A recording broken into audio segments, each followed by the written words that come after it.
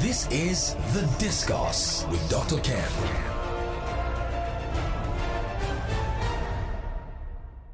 Today's topic is the importance of effective leadership. Emphasis is on effective leadership in troubling times. And my guest is Abimbola Adelakun, PhD.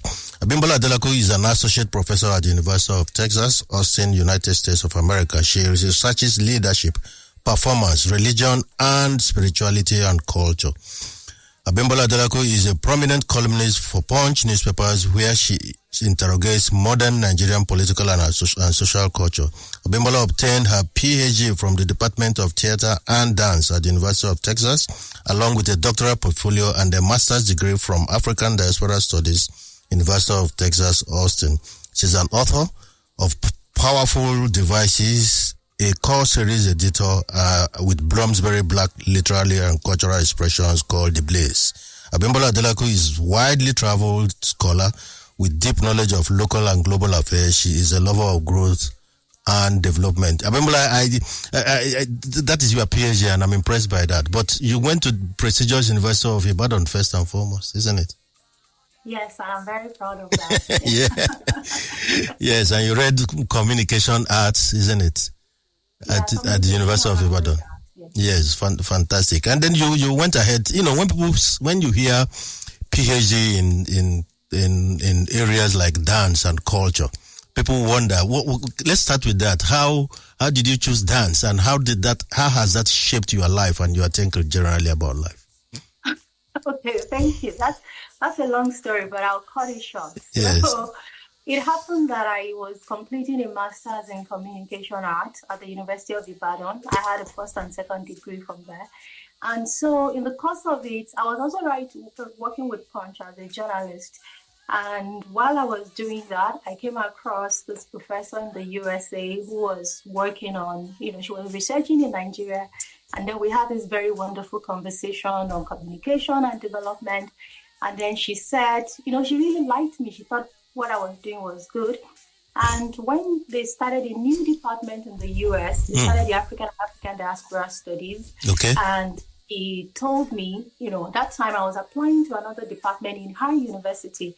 And then she said, you know what, we can actually have an arrangement where we can bring you here to do a master's first in this new department, and then we'll give you funding for you to go on to your PhD. We'll fund your PhD. And then I looked at the application. They were going to give me a lot of money to study. So I was really tempted, and I wanted to know what it was about. That's why I went through that master's program in African and African Diaspora Studies. Yes. Proceeding to my PhD. So it's been a long, convoluted journey, but I attribute a lot of good things, about my life and my training to going through that program in African and African Diaspora Studies, because it really covered a lot of areas, culture, politics, international affairs, and it was really an enlightening period for me. So yes. Yeah, that's my convoluted journey. Very good. I was deliberate when I asked that question because I wanted the girl child listening or mothers of, listening to be inspired, because I'm very big with girl child education and inclusiveness of women in development. So any girl child there listening, you could see that the sky could be your limit. What is important is to be committed to it, to decide that you have to be and you can get it. If Abimbola can do it, you can do it. Am I right, Abimbola? Yes, you're definitely right. Fantastic. So, by way of introduction, Abimbola, I know that you've built impressive career exploring intersections of power, identity, and culture in Nigeria through your academic work and columns for Punch, for example. But how have these experiences shaped your understanding of leadership, particularly in the context of the ongoing challenges in Nigeria? Oh, thank you. That's actually a really great question. I think what the academic experience has taught me is how to understand issues, how to frame them, and how to profile solutions. Okay. And so speaking of leadership, let me illustrate with this very famous thesis by Chinua Achebe, which is that the trouble with Nigeria is leadership. And he goes on to describe that the problem is not that we have bad geography or we have bad luck or bad fortune, but the fact that we have leaders who have failed to rise to responsibility, and then to look at the issue further to say that the ethics that are required of leaders, we don't have people who will fulfill it. Now, from the academic perspective, now I can also take a statement like that and relate it to a lot of contemporary issues. To first of all, to think of it first that it's true that in more than, he said that in 1983, and more than 40 years after, we still have all these problems that he was talking about at that time. There is nothing in our present challenges today that you cannot directly connect to the leadership problems that we have. Whether we are talking about multidimensional poverty, whether you are talking about corruption, whether you are talking about infrastructural deficit, whether you are talking about ethical decimation, whether you are talking about institutional decay, all of these problems are connected to leadership. So it was that he was right at that time and he's still right. But again, from the academic point of view, then we now also start to think again, what are we missing in the picture? What are the things what are the developments that have occurred in the past 40 years that have either challenged what Achebe told us then or now affirms it? Mm-hmm. So that is where we now begin to look at what are the other issues. And you see that the other side of the leadership problem is also the followership problem. Okay. We also have a society where there's a lot of, decay, where the value system is essentially gone.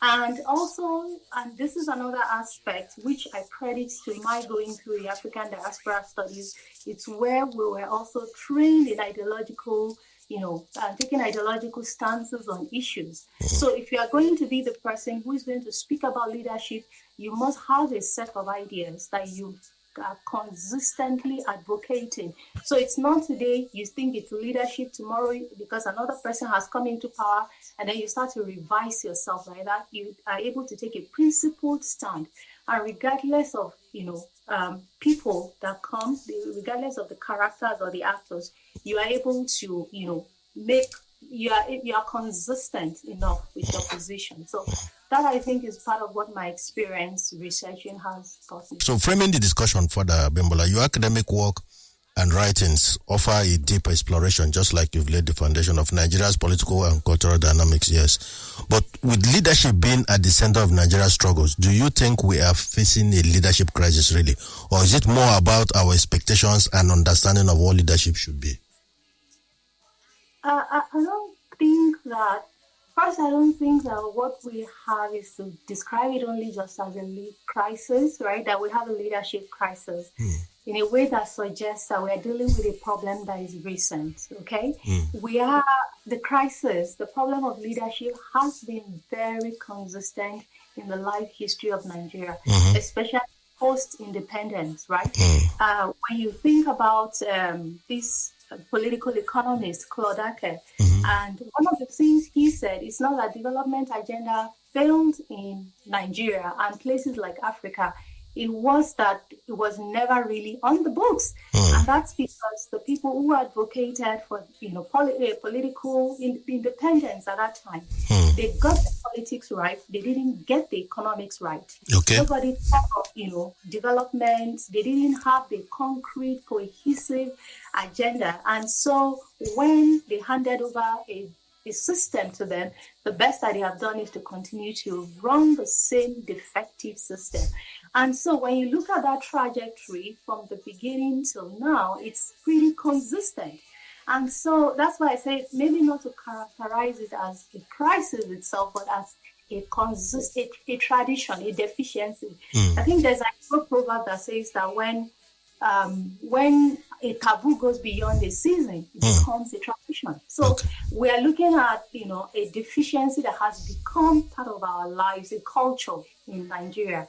And so in that wise, we are not thinking, it's not that our expectation is the issue. It's not misplaced. We are not, right, to have expectations of a better leadership. It's not the misplaced, right? It is that we are, probably the problem is that we've come to not even to expect anything, right? We have now a system where progress, where development, all the hallmarks of good leadership that we should be asking for, they seem like an afterthought to our political system rather than an integral part of them. I'll give you an example. Please. When we have elections in Nigeria, everything, every aspect of our lives comes to a standstill. We don't have institutions that are functioning. Everything is oriented towards that election. Election is like the major carnival. When the election is over, we would have spent a lot of money. We would have become a more divided people than ever before. A lot of, things would have gone through our system. We don't have the time to recover. Then we go through the judicial part where people will go to court to contest. And by the time all of that gets rested, we're already preparing for the next election. And that is the way we keep, repeating this cycle of deficiency where we are not working towards any larger plans, but it's just because, the elections have become the be all and the end all of our democracy. And that is where the problem, of expectation comes in. We're at the stage where we're not expecting anything. We're not expecting the leaders to perform. We just want them to win the elections and, to continue to move on like that. And so we're dealing with a kind of leadership system that's become really, really predatory, right? Yes, it's again, it's a context where, because there's no, stability, there are no certainty, we don't know what we expect, we don't know what we will get, everything just seems all jumbled up.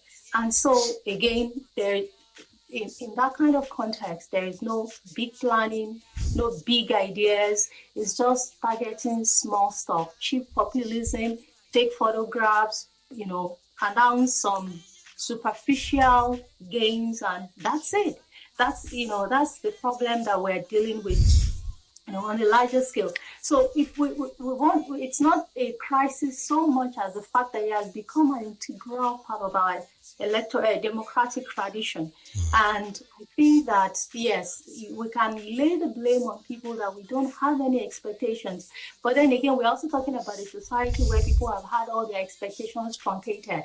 So it's safer to not expect, not hope. And, that's part of what I see as the problem of leadership in Nigeria. So there's a predicament, by the way. So I can see a disconnect between just power for power and power for development for a purpose, isn't it? There's a very good proverb you put in there, and you said that when taboo becomes repeated, it becomes a culture, isn't it? Yeah, so let us hope that we can disentangle that, because that is the more reason why we will continue to discuss leadership, because everything revolves around that, whether it's within the family unit, whether within organizations, even the estate where you live. People have different expectations, or some people, for the bar is really, really low. They don't even know what good leadership looks like. And that is why last election, I felt a lot of despair when you hear people repeatedly say, oh, this person will build the country the way they built the city. And then you look at it, this city is not even, it lacks the cityness of city, right? This is a real low standard by which we are supposed to assess somebody who will deal with a very complex entity like Nigeria. But you are dealing with people whose expectation, the bar for them is low. And so I think that what we generally call effective leadership is a matter of which partisan side you are, the part of the partisan divide that you represent. So if somebody represents your ethnicity or your religion or just some general sentiment, then you think that whatever they do is good enough. And if they're on the other side, then you think that whatever they do will never be enough. And, it's that lack of unity among us to define the standard is where I think the issue of effective leadership lies. If we cannot agree on a baseline of what we need from our leadership, then they are not obliged to provide it. Like if all of us should say that regardless of, whoever is in power we need certain infrastructure and we need them very urgently. And we all push based on that, then we might begin to see leadership that will respond to that. But when you have a situation where they put up one, structure that will dilapidate in a few years, and then people say that's good enough, let's celebrate it, be positive, be patriotic, don't be too negative, and then they are willing to accept that, then it undermines the rest of us who think that there should be a higher, we should have a higher standards there for these leaders. So yes, that's part of the problem. Some people are lenient, some people are harsh, but we don't have a baseline. That's the problem. Yeah, leaders aren't developed overnight.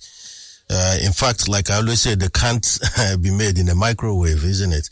They have to be simmered in a crockpit, if I can use that word. So where have all the leaders gone? Ours is a country that was once remarkable for the way it produced leaders. What is the issue in your own estimation?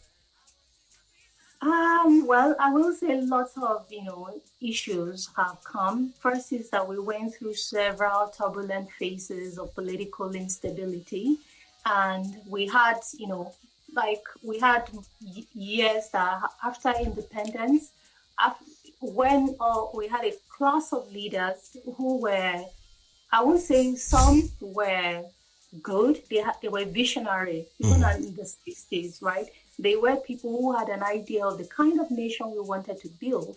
And then we had a lot of, people who were not up to standards. And we don't need to start mentioning it, but, it was at that time.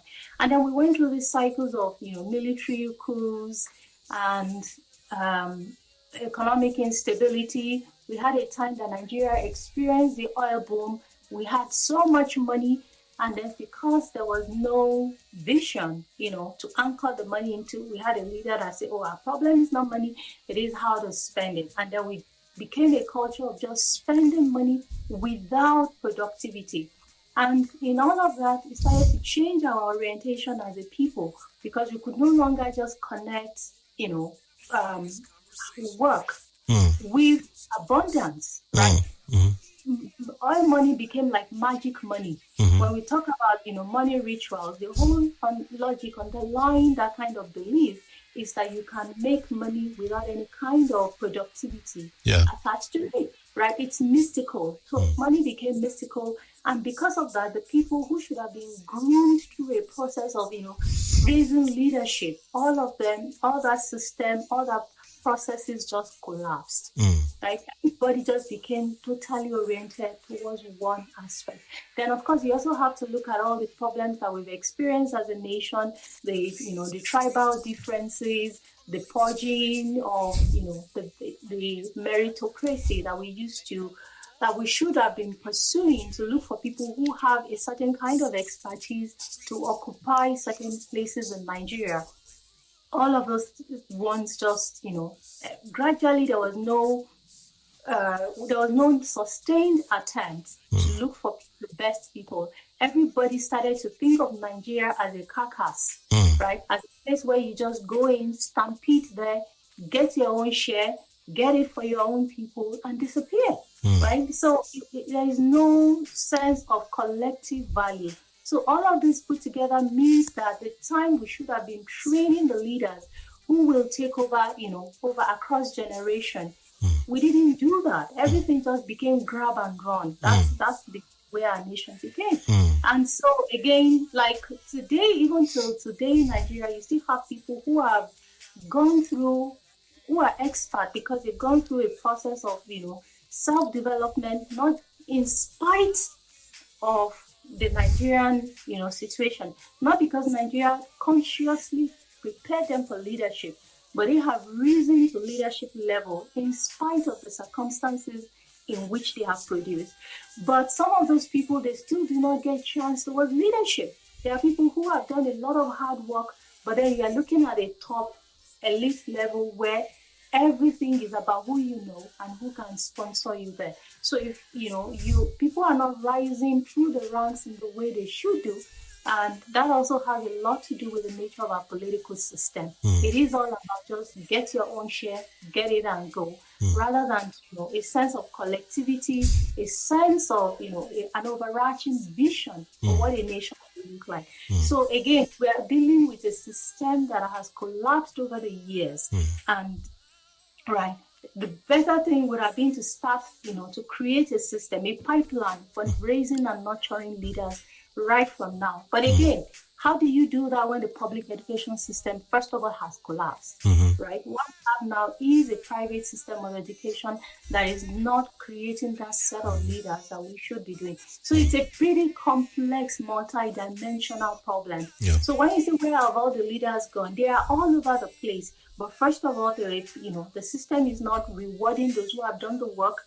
The system is not even looking for them. And then also we have a system that should be creating more and more of them is not doing that, because now every of our politics is oriented towards just getting your own share and leaving Nigeria worse for it. Yes, I agree with you. It's quite a complex issue, and that is why I brought a resource that can unbundle complexities, and that's in the person of Abimbola Adelakun.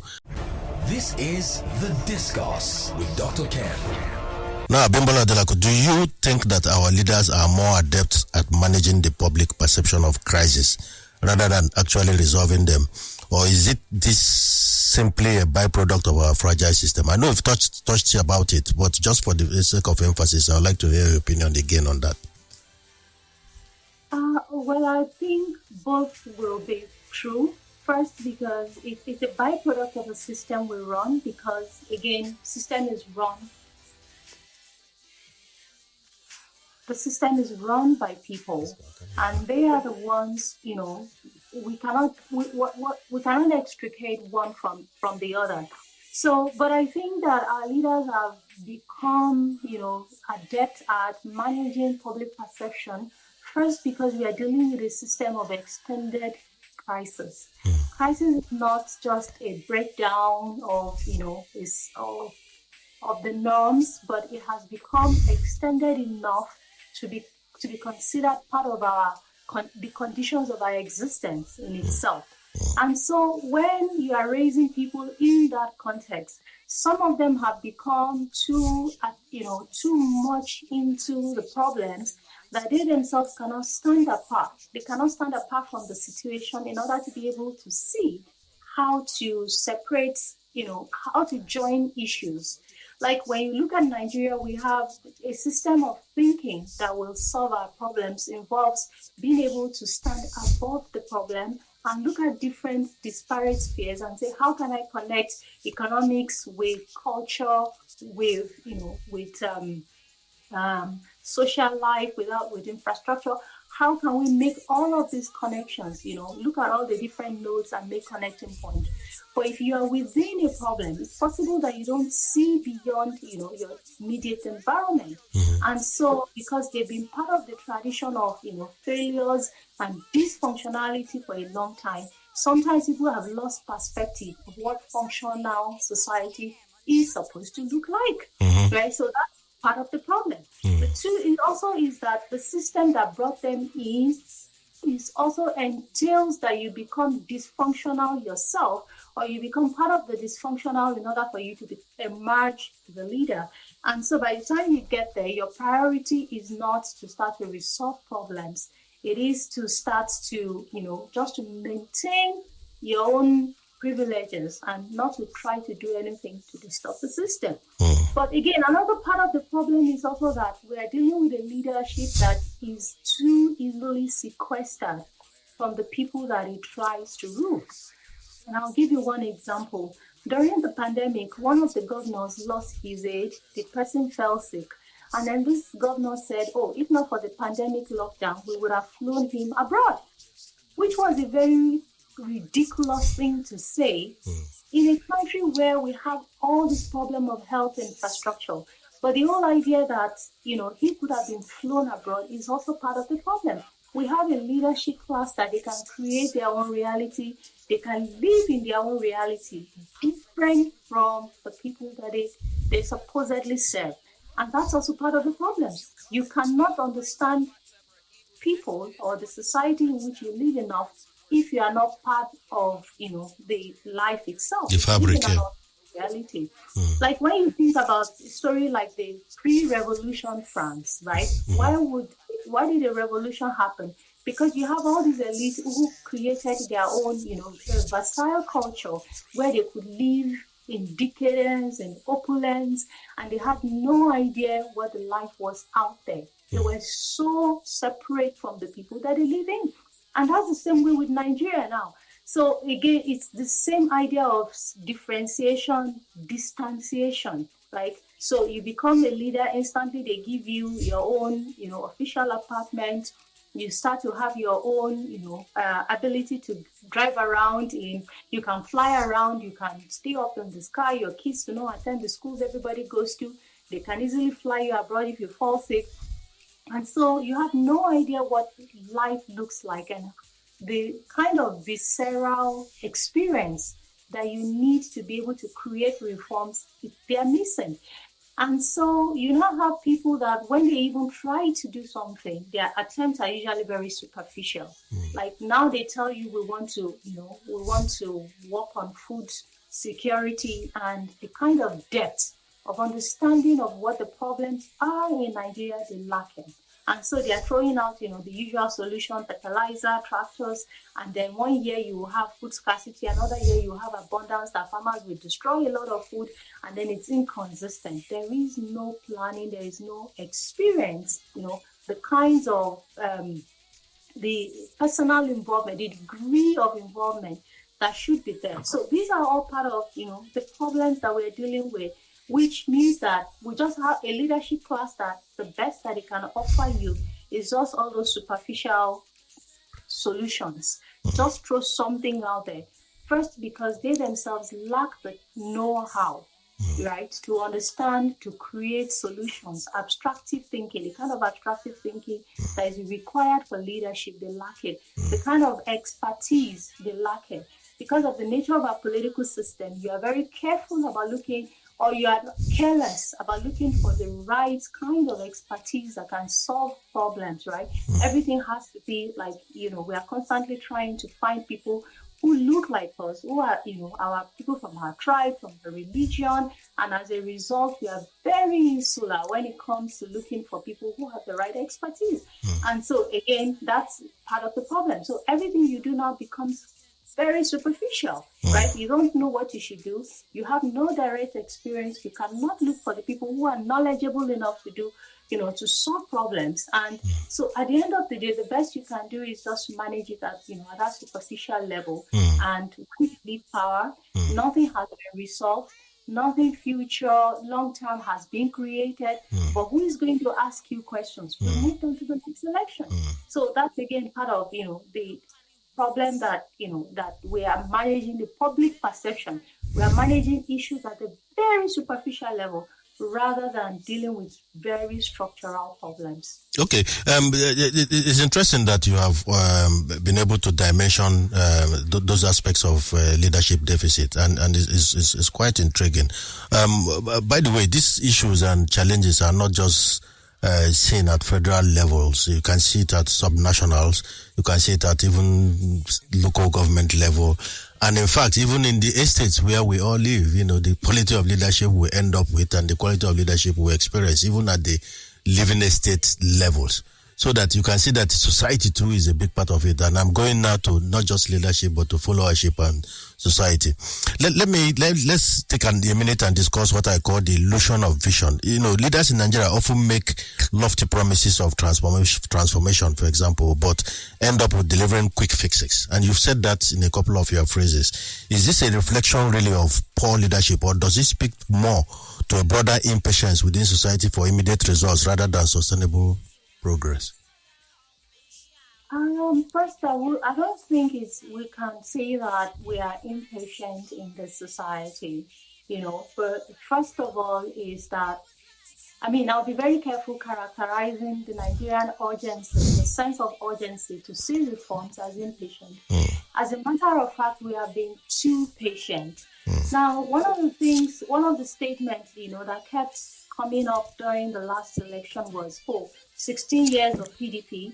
And after people got a lot of pushback, then they started to say 8 years of Buhari. If you add 16 to 8, that's 24 years, right? So there are people who were born in 1999 that for 24 years, all they have seen is just this continuous cycle of degradation. And so if people like that decide that they want something now, it's not because they are impatient. It's because they have suffered for too long.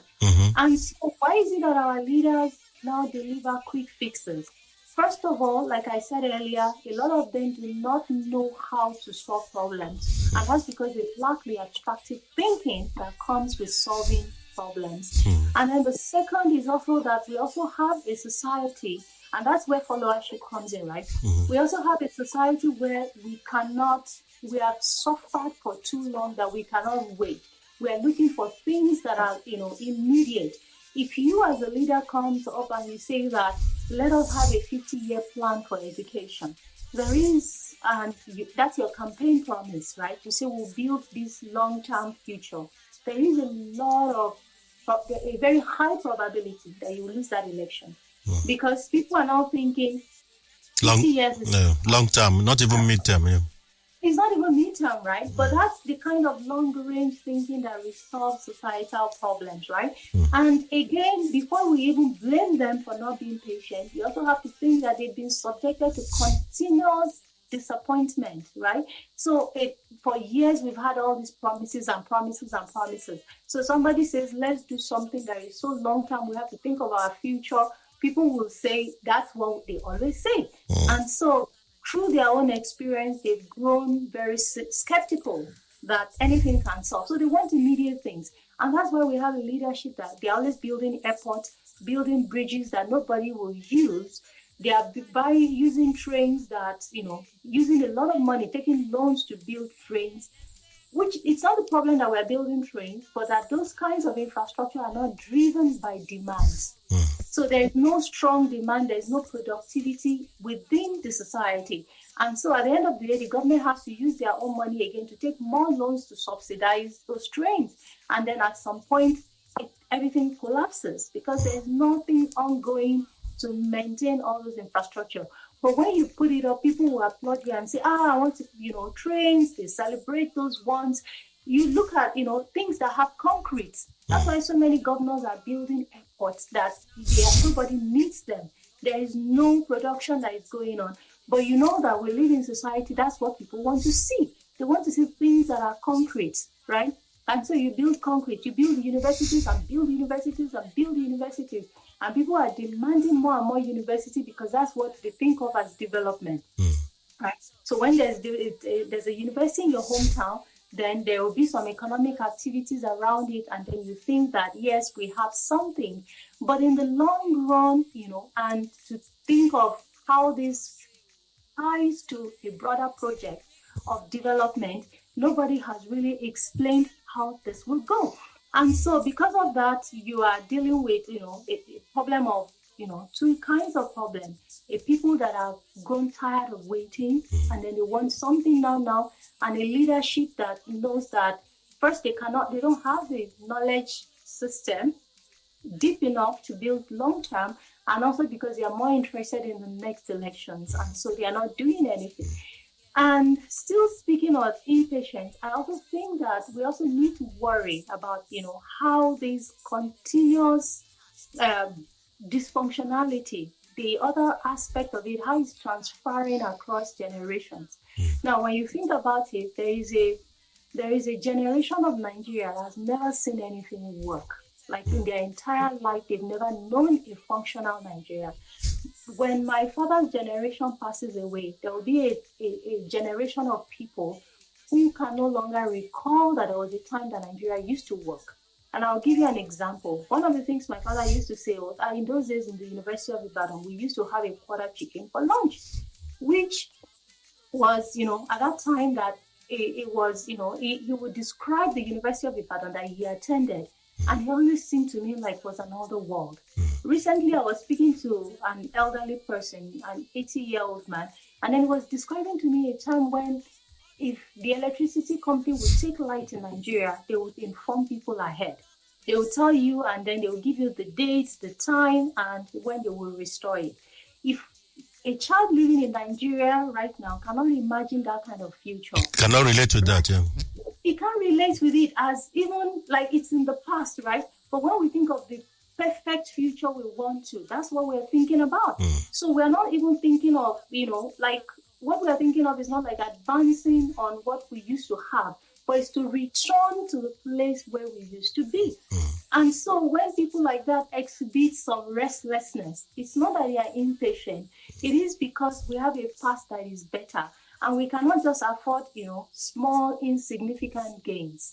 And so, again, we are now locked in this cycle of we want something now, because we have to have it now, and we are tired of waiting. And a leadership that is not patient, disciplined enough, focused enough, and resolved enough, because to have a strong sense of resolution matters. And they are not resolved enough to advocate long-term policy. So we are here constantly repeating the same. It's a cycle, yeah. And like I said, it's across all levels. We see that, in fact, even as low as in family units. But I hear you say development all the time, and I have the privilege of your capacity and you having the quantum of intellectual curiosity. So development, you use that many times. So what is development really? What should it really mean? And this is for the benefit of young people listening. What is development as against what we know or talk about development today? Because I hear you say that leadership should actually be about development. So what is development? Yeah, so development in economic terms. When we talk about development, we're talking about a process, a growth, it's advancement. Okay. And when we talk about what constitutes it, we're talking about, human development, first of all. Yeah. It's very, very I think that's the emphasis, human development. Human development, right? Yeah. Every society has to be built by the humans within it. Yeah. And so, again, that's why I'm always very partisan to issues that have to do with good education, good, infrastructure that supports the humans, right? The humans have to be given room to advance, to flourish. And then, of course, you have to have resources. You need a lot of, the basics, right? In terms of good healthcare, in terms of the right conditions that support people, and of course, which is also has to do with constant evolution, right? Constant innovation, constant progress. The key thing about development is that it's a continuous state, right? It's not a destination. It is that process where we continue to do better, to advance better, and then progress. Like we have a benchmark, and then we can look at where we are coming from, measure it against what the things that we've achieved. That's what development looks like. Okay, so it's not necessarily emphasis on the brick and mortar, isn't it? It's not necessarily emphasis on brick and mortar, building infrastructure, building bridges and things like that. That's what I hear you say. Yeah, those are part of the symptoms, right? Those are part of the things that we need to see to measure that we are actually developing as a society. But that's not be all and end all. That's not where it stops. It's a lot much more than that. It's also, when we talk so much about, a modern society or a functional society, it goes beyond just that we have, fancy buildings or all those kinds of structures. But even that very small things about our lives are functional, that again, you can rely on public transportation, you can rely on, public infrastructure, that they will work, that they are available, right? That you can rely on a decent and clean environment. And then there is a system in place that ensures that we are, everything that makes us human, right? They are constantly maintained. Yeah. And so it's something as tiny as, sewage facilities in a neighborhood, not necessarily like you can have big houses or things, but that everything that people need to live to survive in their areas, they are provided. Yes. That's good. I'm happy we have laid emphasis on that. But you can't talk about leadership without remembering the late Madiba, or I'm talking of Nelson Mandela.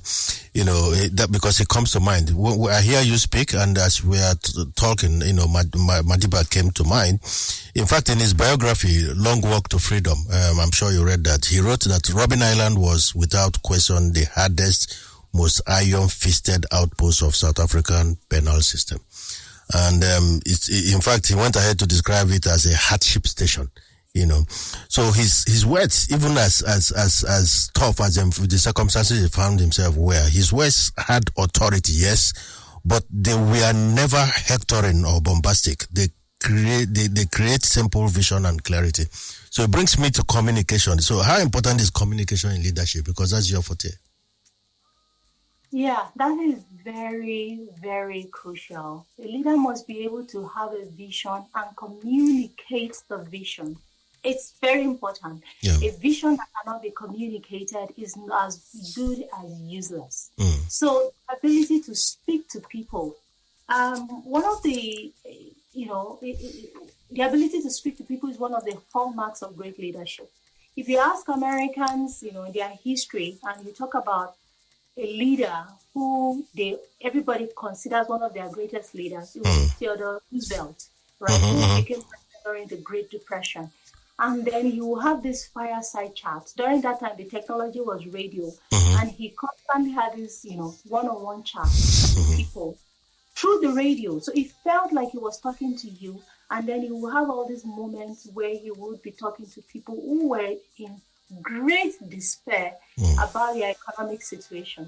And yes, communication is very important. Even when you look at, the old story of, the Mandela, the Madiba, these were people who were able to articulate an idea, a vision of the society they want people to live in, and to be able to say it clearly.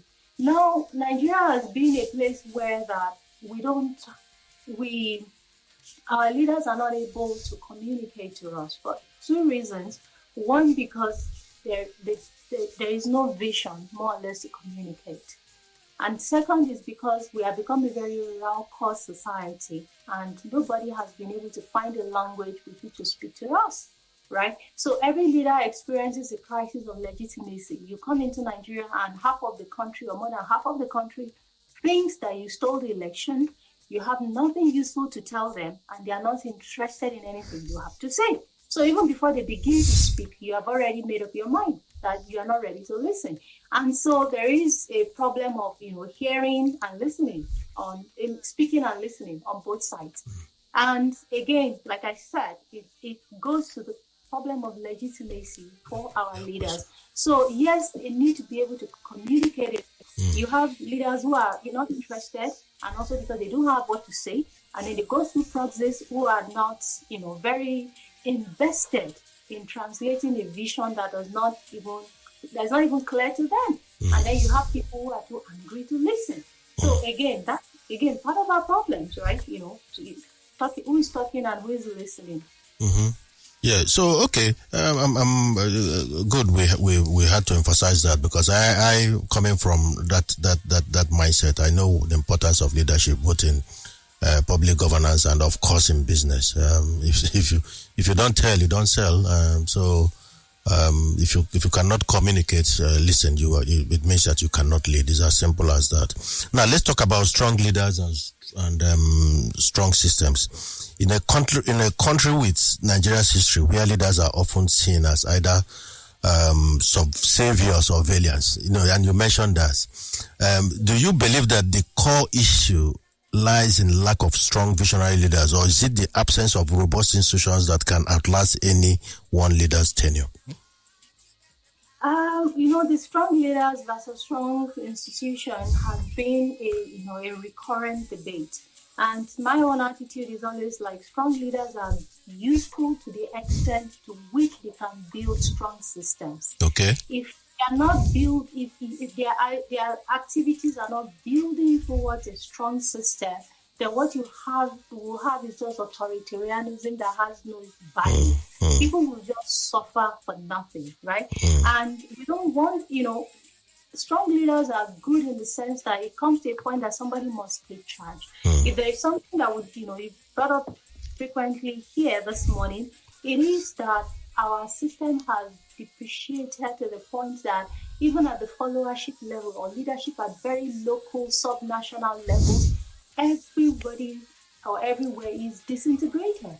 And so if there's a strong leader that should emerge, it is somebody that will stand up and say that everything we are doing right now has reached the limit of, its reasonableness. And we need to do things in a new way.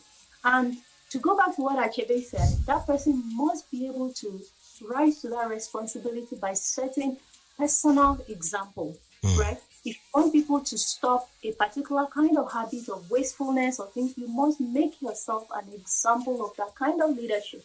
And so somebody like that will be able to propel people, to inspire them, to motivate them to be a better version of themselves. We've had a lot of fantasy about that kind of leadership. And I think it was part of the sentiment that propelled, Muhammadu Buhari to power, because people thought that the military discipline that he supposedly embodied would make him that kind of leader. And at the end of the day, we didn't get what we wanted, right? Because, it turned out to be a gross miscalculation that he was that kind of person.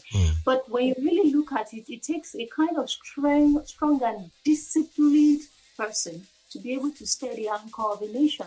There are times when a nation is in a crisis and people are, values are broken down, a lot of things are going wrong, and somebody has to be able to stand up and try to start to put, things together. My favorite, if I'm asked to describe, Nigeria using the Bible verse, I usually go to Judges chapter 21, verse 25. It says, in those days, there was no king in Israel, and every man did whatever he liked. And that is what happens when there is a leadership vacuum, right? People will do whatever they like. Values will disintegrate, systems will disintegrate right from the family level, right? Everybody gets into this mode of survival. Like it becomes like there is nobody to the cohesive force that needs to bring people together. You don't have them, and that's the crisis. That's the crisis we have today. Let me quickly drag you into leadership or societal complicity, because you touched on that. It's often said that a country gets the leaders it deserves. I hear that all the time, and you've alluded to that even in your explanation just now. But with entrenched anyhowness, let me use that word, seen at all levels in Nigerian society today, from the grassroots to the elite, can we really lay the blame for Nigeria's woes solely on the feet of its leaders, or is there a deeper societal complicity in these failures? Oh, if there is no complicity or if there is no cooperation on the part of the people, those leaders will not succeed. So again, we cannot just say that the leaders are as if they are, different. Or like they're ghosts from somewhere, yeah. Right, they are part of us. We made them. Even if you do not vote for them, we're also part of, the society that creates and cultivates them. Leaders are come from the ranks of followership. So when we talk about the leaders, the problem of leadership, it's not that we are isolating a few set of people and saying this is bad leadership, but we are talking about the problems of our society, the lack of values, the lack of ethics, that this is what it has culminated into. So leaders are a culmination of the attitude, the orientation, the values, the belief, the philosophy, the principles of the people. So bad societies will have bad leaders. They will have bad gods. They will have everything bad. And good societies where people have values will have, good leaders. So again, you cannot extricate one from the other. It's a reflection. Leaders are a reflection of that society we live in. And I will say we are pretty complicit in the kinds of things that we tolerate and the kinds of adjustments that we're able to make to things that we should be resisting. Today, you have people who have certain ideas of values about how society will progress.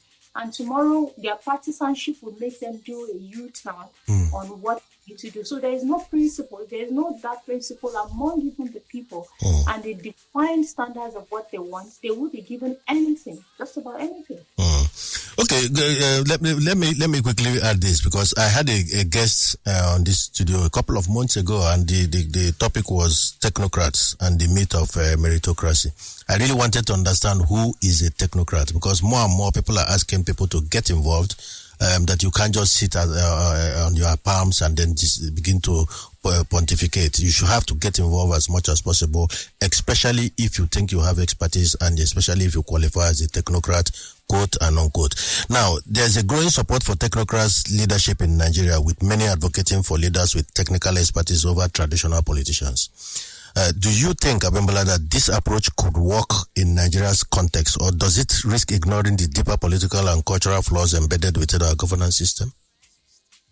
Well, I will say anything it can work, right? We just need to be intentional about looking for people who have a certain level of expertise that Nigeria needs in terms of the economic aspect of our lives, the political culture, every aspect you can find people with expertise.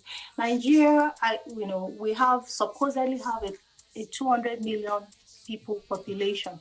You cannot say that out of that you cannot draw a 1% elite of people who are well practiced, who have the knowledge base, the expert knowledge base to be able to handle aspects of our lives. It is just that the structures of politics that we run makes it difficult for people like that to even be seen at all. So if you want to become a technocrat that will go into power, the compromises that you have to make by going through our political system would usually have depreciated your technical knowledge. And that's where I think the problem is. It's not that people are not there. It's just that the system corrupts you to the point that by the time you eventually make it to the leadership position, you are too compromised to be useful in the long run. But that doesn't mean that people cannot exist or that they cannot function within Nigeria. It is very possible. Nigeria doesn't need everybody in its population to be good or to be useful for Nigeria to work. All you need to find is that 1%, and they occupy strategic positions in the country, and then you can take it from there. Okay. There's no country that needed all its people to, before they develop. Yeah, we have to just be deliberate about it and fish out those who can impact us in different aspects of our strategic life, isn't it? So it's a Sunday, Abimbola, and let me close by sounding like a man who just left church today, and where am I going? When a leader is out of touch and out of touch with God and his people, he loses his teachability, if you agree with me.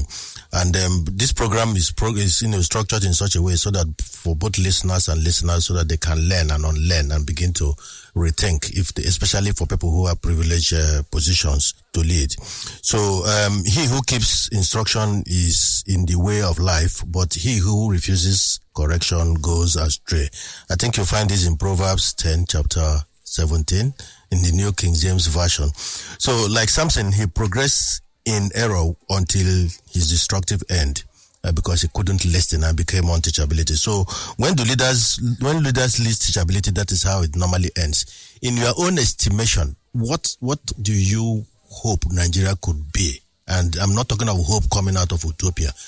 All said and done, what do you wish for Nigeria going forward, especially in the immediate term, not too long term? I will say that I'm a strong and unrepentant believer in the future of Nigeria. Okay. I've studied enough of countries that move from zero position to high levels to know that there is nothing wrong with us that cannot be corrected by what is right with us. Okay. Nigeria has a lot going for it. We just need to be able to restructure the best part of ourselves, and optimize it. That's where the leadership comes in.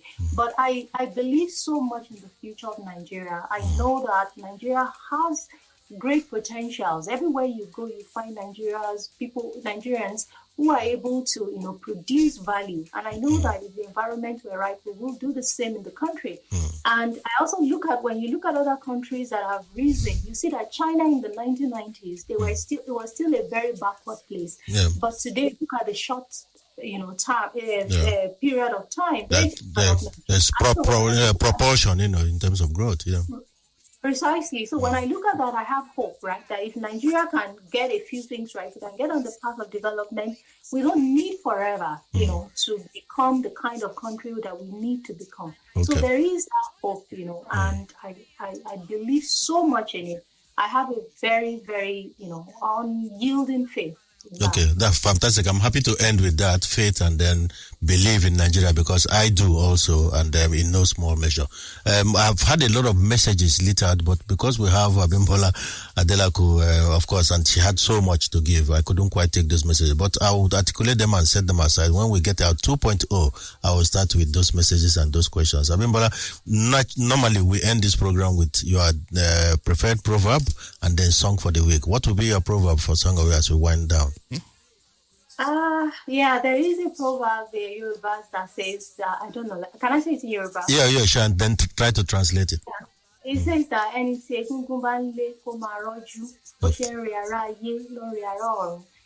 the person who is being chased by a masquerade should endure, because as the person from the earth is getting tired, the person from heaven is also getting tired. Okay. But it's a proverb that speaks about endurance and hope. Okay. Right?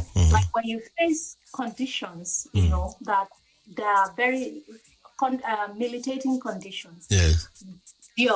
Have hope. Keep going. Don't give up, right? Yes. And as you are getting tired and you think that this is the end, the forces that are against you, they are also being depreciated. Yes. So it's only a matter of time before they cave in. So Yes. don't give up, right? Because you are the one. And that's my proverb for today. For today. Sustain hope. Okay. Because without hope, no nation develops. So Okay. that's it. Thank you very much. And that will be our proverb for the week. And I'm very sure that you guys will commit that to memory and process it. So what will be your song for the week, Abimbola? That would be Sonia Ade's song, Mo Beru Agba. That was in 1982. And it's sung about, I have reverence for elders, you know. And I love the song so much, not just for the message it carries, but for the drum beat. There is a portion in that song where there is a percussion by drummer Rasaki. And anytime I hear that, it makes my day. And I love the beat, the song, the smoothness of the arrangement. It's just perfect. So yeah. Yes, thank you very much. Listeners, it's been a wonderful time with you and with Abimbola Adelakun, PhD. She has promised that we are going to get a 2.0 before the first quarter of 2025 winds down. Have a great time in Texas, in America, and then bring the goodies back whenever you come back to Nigeria on holidays. Any last word from you? Thank you very much for bringing me here. I really appreciate it. I've enjoyed talking with you. And yes, I look forward to talking again another time. Thank you very much. Listeners, have a fantastic head ahead of you. This is Discourse with Dr. Ken. Please keep listening. And that's it on The Discourse with Dr. Ken.